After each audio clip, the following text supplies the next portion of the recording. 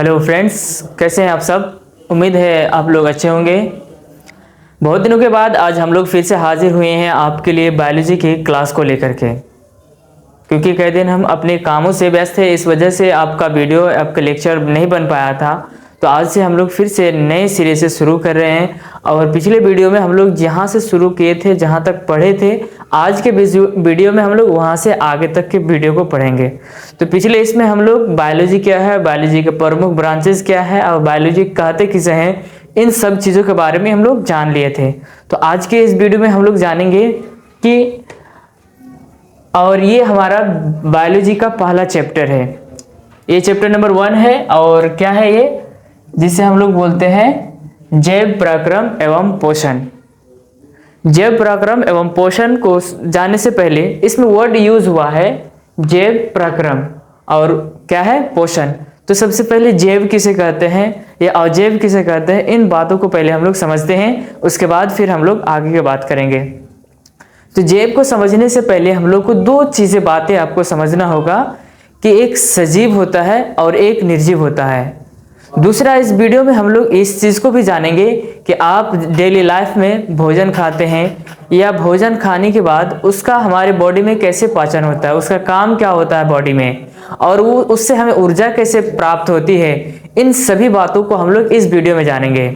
तो चलिए शुरू करते हैं। तो आज हम लोग जानेंगे कि सबसे पहले यहाँ दिया हुआ कि सजीवों के प्रमुख लक्षण। तो सजीवों का प्रमुख लक्षण जानने से पहले हम लोग सजीव किसे कहते हैं इनको जानते हैं, और एक होता है निर्जीव। तो पहले हम लोग इसको जानते हैं। एक क्या है, सजीव। सजीव को हम लोग बोलते हैं लिविंग थिंग्स। क्या बोलेंगे, लिविंग थिंग्स। और दूसरा होता है निर्जीव। निर्जीव जिसे हम लोग बोलते हैं non living things. Non living things. Living things दो चीज होते हैं इस यूनिवर्स में, जो है दो ही चीज होता है। बायोलॉजी के नजरिए से अगर हम लोग देखें तो इस यूनिवर्स में दो ही चीज होता है, एक है लिविंग थिंग्स और दूसरा क्या है, non living things. Living things किसे कहते हैं इसे जानते हैं। तो लिविंग थिंग्स कहने का मतलब है कि दुनिया में वही सारी चीज जिसमें क्या होता है, जान होता है, उसे हम लोग बोलते हैं लिविंग थिंग्स यानी सजीव। और निर्जीव किसे बोलते हैं, निर्जीव उस जीव को बोलते हैं जिसमें क्या नहीं होता है, जान नहीं होता है। जैसे कि हमारे हाथ में क्या देख रहे हैं, एक मार्कर है, या जिस कैमरा से हम क्या कर रहे हैं, वीडियो रिकॉर्ड कर रहे हैं, ये भी क्या है, एक निर्जीव चीज है, क्योंकि इसमें कोई जान नहीं होता है, ये मरा हुआ चीज है। इसे हम लोग अपने अनुसार जहाँ पे चाहे वहाँ पे इसको क्या करते हैं, मूवमेंट करते हैं, लेके जाते हैं। ये अपने से खुद से चल के नहीं जाता है, या तो ये अपने से अपना भोजन नहीं बना सकता है। तो इसे हम लोग कह सकते हैं ये क्या, हमारा निर्जीव चीज। या हम जिस बोर्ड पे आपको समझा रहे हैं, ये भी क्या है, एक निर्जीव चीज है। हम जो कपड़े पहने हुए हैं या जो हम माइक लगाए हुए हैं, ये क्या है, हमारा निर्जीव चीज है। तो इससे आप अपने घर पे भी समझ सकते हैं कि घर में आपका जो टेबल है, कुर्सी रखा हुआ है, चेयर है, या जो भी पलंग कुर्सी है, ये सारी चीजें आप देख रहे हैं ना, यही क्या है, निर्जीव चीज है। क्या ये भोजन करता है, आपसे भोजन मांगता है? नहीं। इसका मतलब ये है कि ये क्या है, निर्जीव है। और दूसरा, अगर हम लोग सजीव का उदाहरण देखें तो सजीव का उदाहरण में क्या आएगा, जैसे जितनी भी जानदार चीज है देख रहे हैं, इंसान है, हैवान है, उसके बाद जो है आप पेड़ पौधे जितना देख रहे हैं, मुर्गी, बतख, चिड़िया, ये सारे क्या है, जानदार चीज है, इसमें जान है, ये बोलते हैं, ये भोजन करते हैं, इसे प्यास लगते हैं, इसके अपना फीलिंग है, अपने भाव है। तो ये क्या हमारा सजीव है। तो चलिए आप समझते हैं कि क्या सजीव में क्या क्या लक्षण होते हैं। तो उन लक्षणों को अगर आप जान जाएंगे तो समझ जाएंगे और अंतर कर पाएंगे कि कौन सजीव है और कौन निर्जीव है। तो सजीव और निर्जीव को अलग करने के लिए ही हम लोग क्या करते हैं, कुछ पॉइंट है, उन पॉइंट को जान लेते हैं। तब इस पॉइंट को जानने के बाद आप सजीव और निर्जीव में अंतर आसानी से कर पाएंगे। तो चलिए शुरू करते हैं। सबसे पहला पॉइंट है क्या, श्वसन यानी रिस्पायरेशन। इंग्लिश में इसे कहते हैं रिस्पायरेशन। रिस्पायरेशन कहने का मतलब है कि जो सजीव होगा वो क्या करेगा, सांस लेगा। श्वसन कहने का मतलब है कि सांस लेगा, कि जो भी जानदार चीज या जो लिविंग थिंग्स होगा वो श्वसन करेगा। श्वसन क्यों करेगा, कि जब तक कोई सजीव श्वसन नहीं करेगा तब तक उसके अंदर भोजन या ऊर्जा नहीं मिलेगा। जो हम भोजन लेते हैं, खाते हैं, खाने के बाद अगर हम सांस नहीं लेंगे, बाहर से ऑक्सीजन गेन नहीं करेंगे, तब तक हमारे अंदर ऊर्जा प्राप्त नहीं होगा। इसीलिए हमें किसकी जरूरत है, श्वसन की जरूरत है। ठीक है, तो ये हुआ सजीव का पहला लक्षण कि वो सांस लेगा और उस सांस के माध्यम से क्या बनाएगा, भोजन बनाएगा। दूसरा पॉइंट है इसमें कि गति, मूवमेंट, कि जो सजीव होगा वो क्या करेगा, मूवमेंट करेगा, गति करेगा, एक जगह से चलकर दूसरे जगह जाएगा, यानी अपने शरीर को लेके भी जाएगा। ऐसा नहीं कि वो अपनी जगह पे स्टेबल रहेगा तो वही सजीव होगा, ऐसा नहीं हो सकता है। ठीक है, जो सजीव होगा वो अपने शरीर को दूसरी जगह लेके जा भी सकता है अपनी बॉडी के साथ। अब यहाँ पे आपके मन में सवाल हो सकता है कि सर पेड़ भी तो क्या है, सजीव है, तो क्या पेड़ तो एक जगह से दूसरी जगह नहीं जाता है? तो जी हाँ, नहीं जाता है, लेकिन क्या करता है, वो लंबाई में वो क्या करता है, ग्रोथ करता है। इसीलिए वो क्या है, हमारा सजीव के कैटेगरी में आता है। वो भी अपना क्या करता है, भोजन बनाता है। ठीक है, तो तीसरा पॉइंट है उत्सर्जन। तो उत्सर्जन को हम लोग बाद में समझेंगे, पहले पोषण को समझिए, क्योंकि पोषण के बाद ही हम लोग का उत्सर्जन का काम आता है। पोषण यानी न्यूट्रिशन जिसे बोलते हैं। तो किसी भी सजीव को जीवित रहने के लिए या अपने बॉडी को चलाने के लिए, अपनी बॉडी को मेंटेनेंस करने के लिए, अपने शरीर के ग्रोथ के लिए हमें क्या लेना पड़ता है, न्यूट्रिशन लेना पड़ता है। इसमें बहुत सारे चीज हम लोग लेते हैं, तो ये हमारा अलग टॉपिक है, इसको हम लोग डिटेल में पढ़ेंगे। तो पहले जान लेते हैं पोषण क्या है, कि पोषण जो हम भोजन करते हैं ना, वही क्या हमारा पोषण है। और उसमें से हमें बहुत सारे पोषक तत्व, प्रोटीन, एंजाइम और वसा, ये सारे चीज हमें किस में मिलता है, पोषण के माध्यम से मिलता है। और इन पोषण को लेने के बाद हमारे शरीर में क्या बनती है, ऊर्जा बनती है, और उससे हम चलते हैं, बोलते हैं, किसी से बातें करते हैं, इन सब चीज। उसके बाद होता है उत्सर्जन। उत्सर्जन यानी एक्सक्रेशन। दैट मीन्स जैसे हम भोजन कर लिए, सबसे पहले क्या किया, हम भोजन कर लिए, और भोजन करने के बाद हमारे शरीर में एक वेस्ट मटेरियल बनता है, यानी खराब चीजें बनता है। खाने के बाद जैसे हम खाना खाते हैं, उसके बाद हम टॉयलेट जाते हैं टॉयलेट करने के लिए, तो वो जो टॉयलेट करके हैं तो वो क्या है, हमारा वेस्ट मटेरियल है। या पेशाब करते हैं आप, ये क्या हमारा वेस्ट मटेरियल है। अगर ये हमारे अंदर से वेस्ट मटेरियल नहीं निकलेगा तो हमारा शरीर क्या हो जाएगा, बेकार हो जाएगा, हम मरने के कगार पे आ जाएंगे। तो कोई भी जो सजीव होगा उसमें खाना खाएगा, उसके बाद जो वेस्ट मटेरियल होगा वो क्या करेगा, वो अपने शरीर से निकाल देगा। जैसे हम पानी पीते हैं, पानी पीने के बाद हमारे शरीर में जो वेस्ट बनता है, जो गंदगी बनती है, वो पसीने के माध्यम से या पेशाब के माध्यम से क्या हो जाता है, निकल जाता है। तो ये हमारा चौथा पॉइंट है। पांचवा पॉइंट है जनन, यानी इसको बोलते हैं रिप्रोडक्शन। जो सजीव होगा उसका ये भी एक लक्षण होगा कि वो अपने जैसे संतान को उत्पत्ति करेगा, अपने जैसे संतान बनाएगा। तो वो संतान बनाने के या अपने संतान को कंटिन्यू रखने का, अपने जैसे जो संतान बनाने के प्रोसेस को ही हम लोग बोलते हैं जनन। यानी कहने का मतलब है कि जैसे हम हैं, तो मेरे से पहले भी कोई पूर्वज थे, या कोई भी पेड़ पौधा है, तो वो अपनी जनरेशन को कंटिन्यू रखने के लिए क्या करता है, जनन करता है। ये सिर्फ लक्षण आप किसमें देख पाएंगे, सजीवों में ही देख पाएंगे, अदरवाइज निर्जीव में ऐसा लक्षण नहीं है। ये मार्कर है, इसको अगर हम सालों साल एक जगह अगर रख दे तो क्या ये दूसरा मार्कर बना सकता है, क्या नहीं बना सकता है। क्यों, क्योंकि ये निर्जीव है। और जो सजीव होगा वो अपने जैसे संतान बनाएगा, और उस संतान बनाने के प्रोसेस को क्या कहते हैं, निर्जीव कहते हैं। उसके बाद है परिवहन, इंग्लिश में इसे बोलते हैं ट्रांसपोर्टेशन।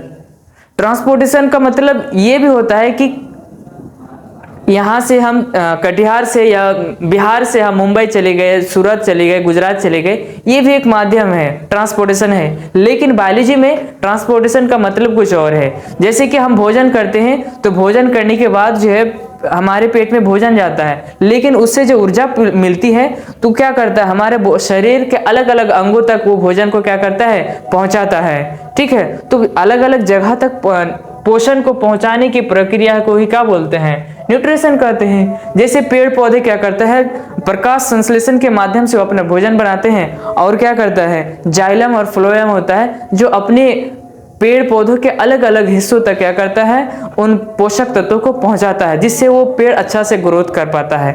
और जिस जगह पे पोषण नहीं पहुंच पाता है उसका विकास सही से नहीं होता है। इंसानों में भी आप देखे होंगे इस तरह से। उसके बाद 7वां पॉइंट है वृद्धि, ग्रोथ। ग्रोथ कहने का मतलब है कि या तो शारीरिक रूप से वृद्धि होना या तो मेंटली रूप से वृद्धि होना। तो इसमें हम लोग देखेंगे कि शारीरिक और मानसिक इसमें दोनों वृद्धि होता है। तो पेड़ पौधों में भी होगा और इंसानों में भी होगा। जैसे इंसान, जैसे कि किसी भी इंसान का एक एज लिमिट होता है, एक निर्धारित आयु होता है, उस तक जो है उसका शरीर भी ग्रोथ होगा और उसका मेंटली भी ग्रोथ होगा। लेकिन कुछ ऐसे भी हद तक है, ऐसी एज तक है जहां तक उसके बाद उसका शरीर में वृद्धि होगा, लेकिन मानसिक रूप से वृद्धि नहीं होगा। या तो शारीरिक वृद्धि रुक जाएगी और मानसिक वृद्धि वो हमारा कहाँ तक, बुढ़ापे तक चलते रहेगा। तो उसके बाद हम लोग इसमें देखेंगे कि जैव प्रक्रम किसे कहते हैं। चलिए दोस्तों, अब समझते हैं कि जैव प्रक्रम किसे कहते हैं। जैव प्रक्रम दैट मीन्स वैसी प्रक्रिया जिनके द्वारा जीवों का अनुरक्षण होता है उसे ही जैव प्रक्रम कहते हैं। अब इसे अगर हम लोग सरल भाषा में समझे तो क्या कह रहा है कि वह सारी प्रक्रिया जिनके द्वारा जीवों का अनुरक्षण होता है उसे ही जैव प्रक्रम कहते हैं। चलिए सरल भाषा में समझिए कि हमारे शरीर में होने वाली ऐसी प्रक्रिया जिसके द्वारा शरीर का क्या होता है, अनुरक्षण। अनुरक्षण कहने का मतलब है कि शरीर का मेंटेनेंस कैसे होता है। जैसे हम भोजन खाए, हम क्या किए, भोजन किए, भोजन करने के बाद जो है हमारे शरीर का काम क्या है, हमारे शरीर का काम क्या है कि अब उसका क्या यूज करेंगे। तो इनको ही यही प्रक्रिया को ही हम लोग जैव प्रक्रम कहते हैं। जैसे हम भोजन कर लिए और उसके बाद हम श्वसन ही नहीं कर रहे हैं, तो हमारे अंदर तो वो भोजन से जो है क्या नहीं, न्यूट्रिशन हमारे शरीर को मिलेगा नहीं। ऑक्सीजन जब तक नहीं मिलेगा तब तक हम क्या नहीं कर सकते, भोजन नहीं बना सकते हैं। तो श्वसन करेंगे, उसके बाद श्वसन करने के बाद हमें ऊर्जा प्राप्त होगी और उन ऊर्जाओं का क्या करना है, पचाना है। तो श्वसन करने के बाद पाचन क्रिया, पाचन क्रिया किस में आएगा, जैव प्रक्रम में आएगा। पाचन करने के बाद जो है जो वेस्ट मटेरियल हमारे शरीर में बनेगा उनको क्या करना, हमारे उत्सर्जी अंगों के द्वारा शरीर से बाहर निकालना। उसके बाद और उत्सर्जन ये वेस्ट मटेरियल हम क्या कर दे, निकाल दिए। और उसके बाद जो हमारे शरीर में अच्छा चीज़ बना, जैसे खाने के बाद जो हमें खून बनता है या और बहुत सारे पोषक तत्व बनता है, उन पोषक तत्वों को क्या करना, शरीर के अलग अलग अंगों तक क्या करना, पहुंचाना। ठीक है, इसी को ही क्या बोलते हैं, जैव प्रक्रम कहते हैं। तो आई होप आपको समझ में आया होगा कि जैव प्रक्रम किसे कहते हैं। चलिए इसे शॉर्ट में हम बताते हैं एक बार फिर से आपको कि हम भोजन किए, भोजन करने के बाद भोजन को शरीर में पचाए और उनको पचाने के बाद जो उससे हमें जो पोषक तत्व मिला उनको हमारे शरीर के अलग अलग जिस पार्ट को या हमारे शरीर के जिस अंगों को जिस चीज़ की ज़रूरत है हमारा शरीर क्या करता है, वहाँ तक उस चीज़ को पहुँचा देता है। इसी प्रक्रिया को ही जैव प्रक्रम कहते हैं। उसके बाद हम लोग समझते हैं कि पोषण किसे कहते हैं। पोषण कहने का मतलब है, इंग्लिश में उसे बोलते हैं न्यूट्रिशन। मतलब वैसी प्रक्रिया जिसके द्वारा जीव पोषक तत्वों को ग्रहण कर उनका क्या करता है, उपयोग करता है, उसे क्या कहते हैं, पोषण कहते हैं। क्या कहते हैं, पोषण कहते हैं। जैसे कि हम लोग समझते हैं कि भोजन करना, इसे हम लोग सरल भाषा में बोले तो भोजन करना, और भोजन करने के बाद जो हम भोजन किए उन भोजन का उपयोग करना, इसी प्रक्रिया को ही क्या बोलते हैं, पोषण कहते हैं। ठीक है, तो चलिए हम आपको बता देते हैं कुछ प्रमुख पोषक तत्वों के बारे में कि इसे हमें कहाँ से प्राप्त होता है।